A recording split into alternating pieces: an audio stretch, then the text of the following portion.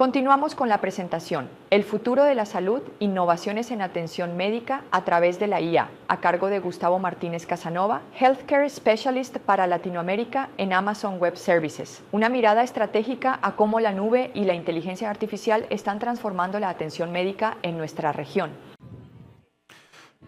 Buenas tardes, estamos un poco fuertes. ¿Qué tal? Soy Gustavo Martínez, hoy día les vengo a hablar cómo la inteligencia artificial está transformando la industria de la salud. Quería contarles un poco en el momento que estamos y por qué es tan importante. Estamos a puertas de una nueva revolución industrial, una nueva revolución de la tecnología. El día de hoy generamos más datos que nunca antes en la historia de la humanidad y probablemente hacia adelante ese es el día que menos datos vamos a generar. Esto va creciendo cada día, lo que nos da una oportunidad asociada a esta tecnología.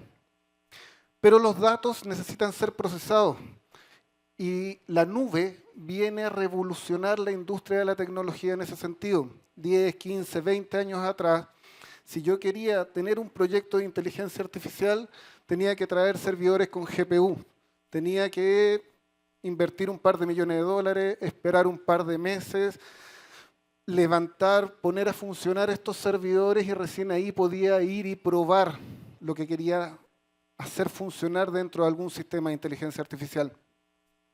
Hoy día la nube me da la capacidad de tener estos recursos de computación por minutos, por segundo, por las horas que la necesita. Y eso me permite equivocarme rápido. Y equivocarme rápido me permite equivocarme barato. Y cuando me puedo equivocar barato, puedo probar y puedo innovar muchas veces.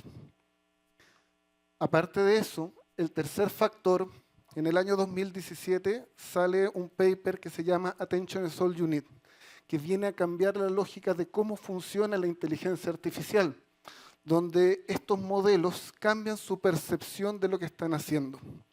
A mí me gusta explicar esta parte con los traductores de texto. Los traductores de texto, 10 años atrás, traducían muy parecido como hablaba Tarzán. Mi, ser, yo, era bien complejo y trataban de mapear palabras.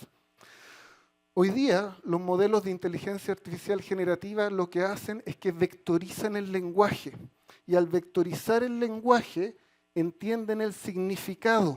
Y cuando pueden comprender el significado, lo pueden decodificar en cualquier lenguaje.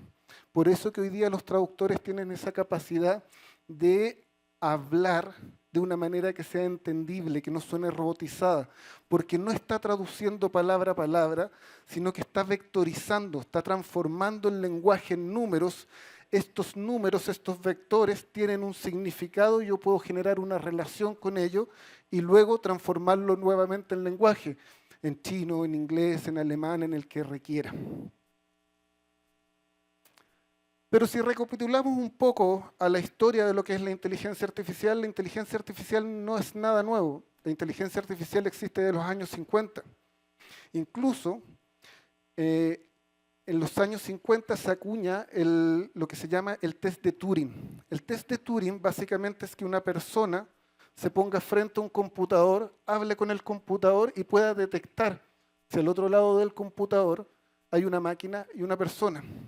La inteligencia artificial es cualquier software que imite el comportamiento humano, es decir, que imite el comportamiento lingüístico de una persona, que imite la capacidad de entender una imagen, que imite la capacidad de entender un video o un audio. Dentro de la inteligencia artificial existe un subconjunto que se llama el Machine Learning, que es donde las máquinas están aprendiendo de los datos, el aprendizaje automático. Algoritmos de este tipo nos permiten contestar preguntas de la data que no sabíamos que existían respuestas. Nos permite juntar, procesar millones de datos, nos permite generar patrones, nos permite proyectar ciertos resultados, agrupar grupos de personas, pacientes con riesgo, pacientes que van a volver a caer, pacientes que van a tener algún problema por un comportamiento asociado a los datos donde yo puedo inferir ciertas capacidades. Dentro del Machine Learning existe otro subconjunto que se llama el Deep Learning. Y ahí es lo que estamos hablando de las redes neuronales artificiales. Caso de uso típico, Computer Vision. Las redes neuronales artificiales nos permiten leer un texto desde una imagen, nos permiten reconocer caras, nos permite transformar el audio en texto. Dentro del Deep Learning hay otro subconjunto más pequeño que es la IA generativa. Y la IA generativa son particularmente redes neuronales, se llaman encoders y decoders, que nos permiten dar vida a lo que son los modelos fundacionales. Y los modelos fundacionales básicamente son el alma, son estos modelos del que se han escuchado todo el día que uno usa en las aplicaciones de inteligencia artificial. Son redes neuronales muy masivas. Pensemos, por ejemplo, en un modelo, en un Llama 140B, te habla de que tiene 140 billones de parámetros. El cerebro humano anda en promedio del 76 billones de parámetros, para que tengamos un paralelo en la capacidad que tienen estos grandes modelos. ¿Y cómo funciona la inteligencia artificial generativa? La inteligencia artificial generativa toma el lenguaje y proyecta una probabilidad dentro de todo el espectro del lenguaje humano de la siguiente palabra. Es decir, cuando yo le digo, una imagen dice más, la siguiente palabra y la más probable en este caso es que. Y en consecuencia, a cada iteración va buscando las palabras que vienen hacia adelante, va llenando el contenido. De esta forma, nosotros podemos manejar estos modelos a través de los prompts, como hemos escuchado bastante durante hoy día, donde yo los puedo acotar estas pedidas y las puedo direccionar para que me contesten o hagan algo en particular. La inteligencia artificial generativa nos trae la capacidad de tener nuevas experiencias de pacientes, nuevas experiencias de los clínicos, nuevas experiencias a nivel de la forma de interactuar con los sistemas. Nos va a permitir aumentar la productividad, cosas que antes necesitábamos ejércitos de personas que estuvieran revisando, contando, cuantificando, codificando. La inteligencia artificial lo va a poder hacer en segundos. Puedo extraer información de la data, estructurarla y llevarla a alguna parte, implementar la creatividad, fomentar, crear nuevas componentes, crear nuevas moléculas, crear nuevas formas de hacer tecnología. Pero la tecnología no es el fondo, la tecnología es el medio. ¿Y el medio de qué? De resolver problemas, problemas que tenemos hoy día en la industria de la salud. Tenemos datos en la salud que están distribuidos, que están no estructurados, que no son fáciles de integrar. Tenemos un burnout dentro de los trabajadores clínicos que tienen que interactuar con varios sistemas para sacar información, para poner información que compite con el recurso humano para poder atender a los pacientes. Esto genera un aumento en el costo y por ende también genera aumentos en las desigualdades. ¿Qué estamos viendo hoy día dentro de Latinoamérica a nivel de soluciones de inteligencia artificial? ¿Cómo hoy día podemos atacar estas problemáticas? Por ejemplo, reducción de ausentismo y lista de espera.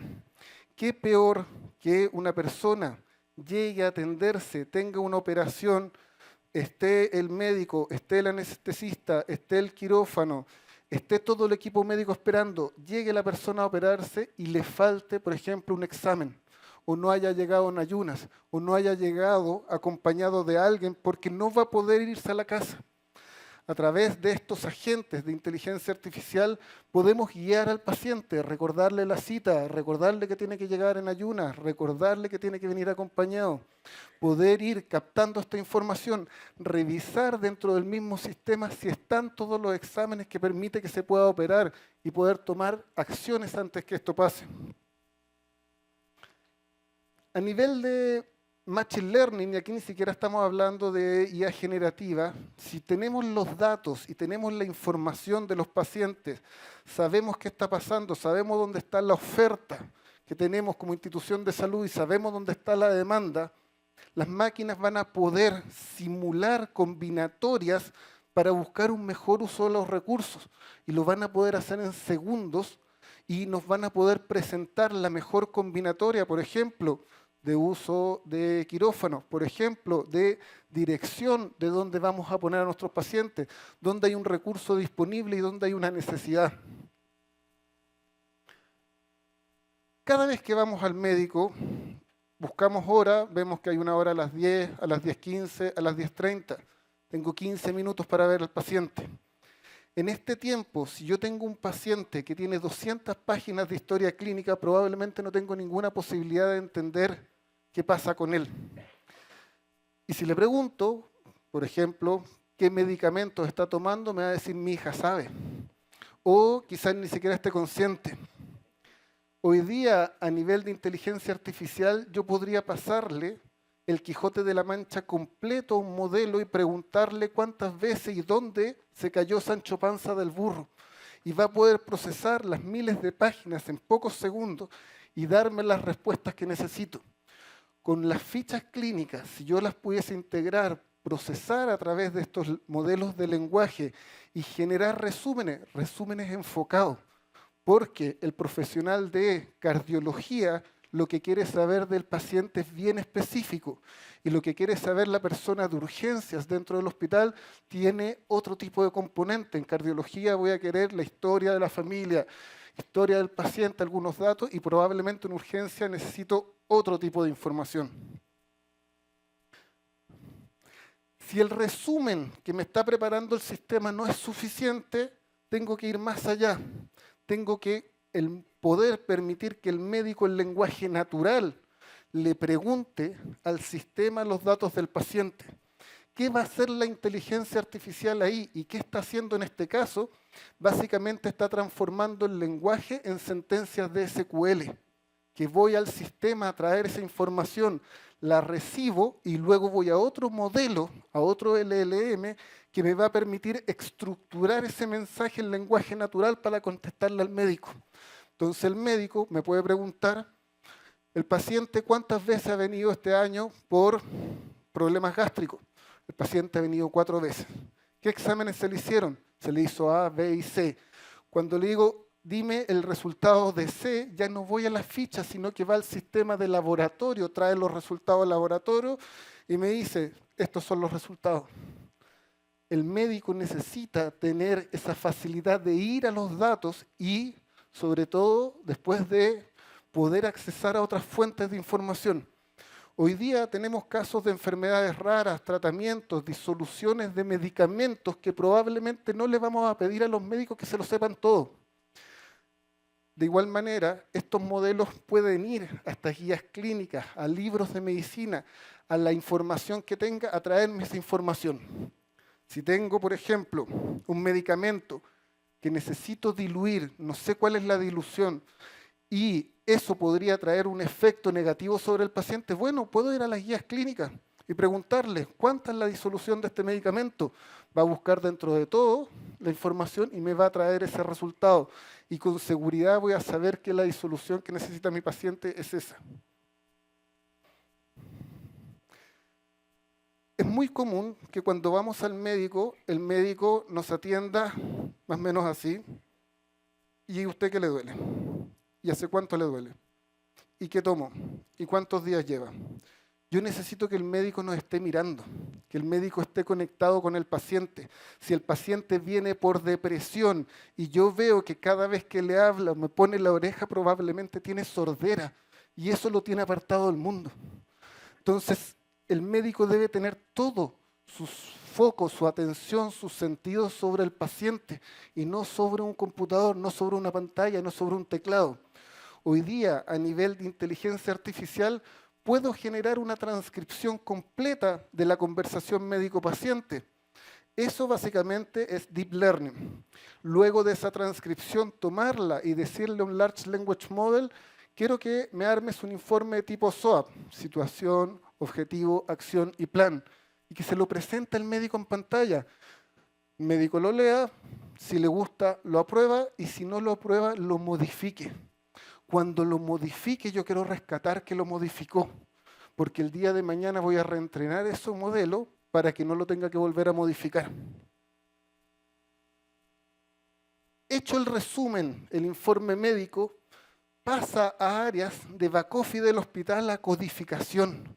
¿Por qué? Porque necesito transformar una epicrisis en prestaciones, en un catálogo de prestaciones, en precios de ese catálogo, y esos precios en costo en convenios con los pagadores para poder lograr una factura, para traer fondos de vuelta, para poder seguir atendiendo. La rueda de la economía de la salud, la codificación a nivel de salud es importante para que todo siga funcionando. Hoy día tenemos ejércitos de personas codificando en todas partes. Hoy día la inteligencia artificial nos va a permitir poder estructurar esa data de manera más eficiente y sin tener a esas personas codificando con 1, 2, 3 pantallas y metiendo códigos en diferentes partes. La inteligencia artificial tiene ciertos desafíos a nivel técnico. Cuando tengo datos sesgados, los resultados son sesgados. Los modelos, algunos son complejos, difíciles de tratar, y a veces no voy a tener la capacidad de manejar estas tecnologías. Necesito cubrir esas necesidades técnicas. Tengo consideraciones éticas a nivel de qué va a pasar con mi información, con la privacidad de los datos de los pacientes, inexactitudes que puedan llevar hacia algún problema de salud. Cómo hoy día los datos van a generar que este modelo tome una decisión sesgada o no lo sea. Barreras organizacionales. Tengo que poner la inteligencia artificial de cara a los problemas del negocio, a algo que le agregue valor a los clínicos, al paciente, a los equipos de back office. Dentro de la industria, y esto no es solo de Amazon, sino que las grandes industrias, y siempre han ido un poco más adelante de lo que es la política, han acuñado lo que se llama la IA responsable. La IA responsable te habla de que la inteligencia artificial tiene que ser imparcial, la inteligencia artificial tiene que ser explicable. Cuando yo veo dónde se cayó Sancho Panza, yo quiero traer la página del libro donde está la caída. Cuando de una nota clínica estoy codificando un CIE-10, tengo que tener la explicación de por qué se codificó de esa manera. Tiene que ser robusta. 30 años atrás, 20 años atrás, los hospitales funcionaban sin sistema. Hoy día probablemente sería bien complejo que un hospital funcione sin sistema. Cuando la inteligencia artificial sea una herramienta del día a día dentro de los equipos médicos, no se la podemos quitar. Tiene que tener la capacidad de estar ahí, funcionar y ser confiable. La privacidad de los datos, el manejo, el control, cómo gobierno el dato. Y no es solo el gobierno a nivel del sistema, porque el sistema yo le puedo generar un acceso. Yo tengo que poder controlar los datos desde la data. Es decir, por ejemplo, yo, Gustavo Martínez, médico, solo puedo ver los datos donde el médico es Gustavo Martínez. Yo, Gustavo Martínez, paciente, solo puedo ver los datos donde el paciente es Gustavo Martínez. Yo, Gustavo Martínez, investigador, solo puedo ver las columnas que no tengan información personal identificable. Es decir, la estructura de data. No puedo replicar bases de datos en muchas fuentes, tener un montón de copias de mis datos para los diferentes perfiles. Tengo que aplicar la tecnología en controlar el acceso a los datos. Eso es el gobierno de los datos y la transparencia, que todo lo que está haciendo la inteligencia artificial yo lo pueda manejar y lo pueda ver y no se me transformen en cajas negras. Las aplicaciones de inteligencia artificial se ven como la punta de un iceberg. Uno ve una funcionalidad, uno ve un agente, uno ve un chatbot. Pero debajo de ese chatbot hay modelos fundacionales, hay bases de datos, hay bases de conocimiento, hay documentos, hay conectores, hay integraciones. La inteligencia artificial necesita estas fuentes de datos, necesita conectarse a nuestros sistemas de laboratorio, registro clínico, reclamaciones, dispositivos, apuntes. Tiene que traer esa data. Nosotros tenemos que tener una estrategia de centralización y de normalización de datos. Por ejemplo, a nivel de servidores FHIR, donde yo pueda mapear tanto sintáctica como semánticamente la información para que tenga una estructura comprensible, para que la pueda integrar y pueda tener esta información de cara a soluciones de inteligencia artificial. Lo importante de una aplicación de inteligencia artificial es cómo la integramos a nuestro sistema y cómo hacemos que este sistema sea la base de lo que hace el modelo. No podemos tener el modelo como la solución primaria, sino que el modelo va a ser una parte de una estructura mayor donde van a estar nuestros sistemas, nuestras capas de analítica, modelos fundacionales y nuestras aplicaciones. Muchas gracias.